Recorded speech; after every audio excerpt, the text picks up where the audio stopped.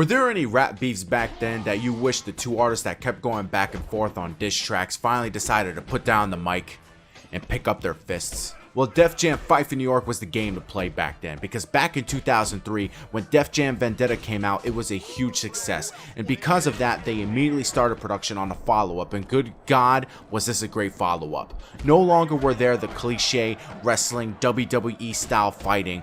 They made this a raw, bloody, no-holds-bar street fighting game, with the roster going from 40 to 75 fighters and having some more well-known hip-hop artists. This was no doubt one of the best fighting games of 2004. Unlike the story mode in Vendetta, you get to actually create your own character in this game.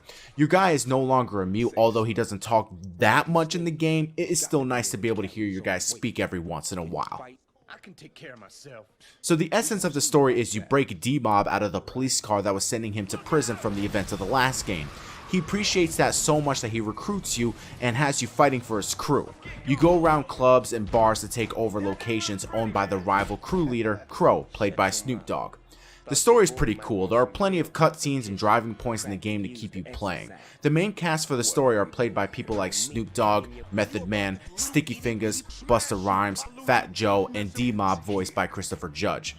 You'll see some people in the game like Ice-T, Ludacris, Redman, and people who don't even make music like Danny Trejo.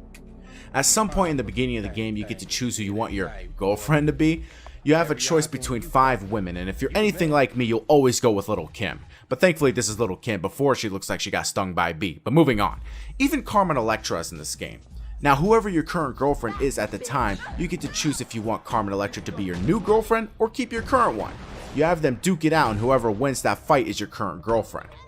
The fighting mechanics are surprisingly really good. You get to choose from 3 out of 5 fighting styles for your character: kickboxing, street fighting, martial arts, wrestling, and submissions. I always start off with kickboxing and then lead up to adding street fighting and martial arts next.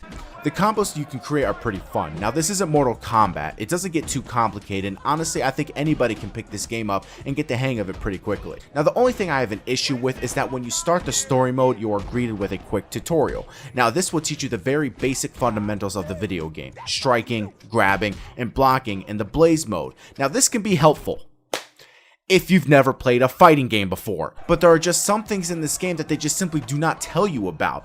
Like if an enemy grapples you, you can immediately counterattack and get them off of you, or if they strike, you can counter that too with an attack, or if you taunt, that can bring your blaze meter up. Now I know they didn't want to overcomplicate the tutorial for some players and they had the mindset to let you just discover how to do certain things over time. That's fine, I just wish they gave you an option to go into more of the actual hidden things that you could do. So with the inclusion of adding more fighters, which I'll get into in a second, they added a lot more locations to fight in also. And with these locations can come with some interesting added gameplay because the environment can be destructible. Like one mission in the story is you get to fight Busta Rhymes one-on-one, which, come on, do you really want to fight this guy? This man is 2-0 against Michael Myers, for Christ's sakes. I ain't telling you to be Michael Myers. I'm playing Michael Myers. You're gonna ruin the whole effect. God damn it! But when you fight, you have both of your rides in the background, and you can use the other opponent's ride as a weapon. If you damage the other opponent's ride enough, it can become totaled, and that's the end of the fight. Yeah, fuck if you win the fight, you just better hope your insurance covers this. Now, the fighters in this game have really been expanded upon. You go from people in the last game like Ludacris, Method Man, Redman, Ghostface Killah, Nori, Scarface, Joe Budden, and when you get to Fight for New York, now you have people like Exhibit, Snoop Dogg, Lil Kim, Flavor Flav, Elephant Man, and fucking Sean Paul. The list goes on. I'm not going to be able to get through all of them, but it's a great roster of fighters. Granted, there are some fighters in this game that blow my mind, are even usable, like the fucking sketch artist in the beginning of the game who literally has 5 seconds of screen time. Like, why is she even a fighter in this game? Why? Now, there are some fighters in the game you have to redeem points to unlock them, and how you earn those points are just by fighting in any of the modes that you have accessible to you. You earn 5 points for every fighter you defeat, so that's why if you're really trying to rack up points fast, then do a free-for-all match, which is you versus 3 other computers, and you'll get 15 points per match. Like, here's a good example. I'll play as Sean Paul in my favorite location, the subway. Now, the best way to get these points... Oh yeah! You can die in this game. Some locations actually give you the ability to kill your opponent. You can toss them into fire, throw them out of a window, and get hit by a fucking train. It's pretty fun stuff. Now, the only other thing I have an issue with this game is how they really try to stretch out the story mode by making you fight the same people over and over and over again. The story mode isn't that long as it is anyway, so I understand why they did it, but it can just be very repetitive over time. So just like in Vendetta, they bring back the blazing moves. You activate them by getting your blazing meter all the way up and flicking the right stick in any direction. Once activated, grab your opponent and then flick the right stick in your preferred direction and watch the madness ensue. The blazing moves can be pretty damn brutal too. They are pretty much this game's version of fatalities, but unless they are in the red, you aren't going to be able to finish the fight this way. It is a good way to turn the tide in the fight if you are losing pretty badly though.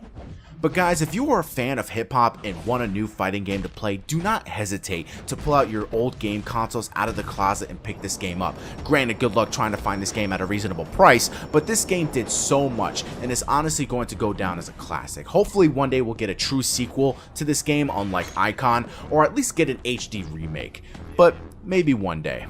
Guys, my name is Pedro Ordonez, also known as Gamelight 7. Please subscribe, comment, like, thumbs up. Do whatever you guys can to support this channel. I stream on Twitch every Monday, Tuesday, and Friday from 6 p.m. to 9 p.m. Eastern Standard Time. Let me know what you guys want me to cover next, and I'll see you guys in my next video. Peace out.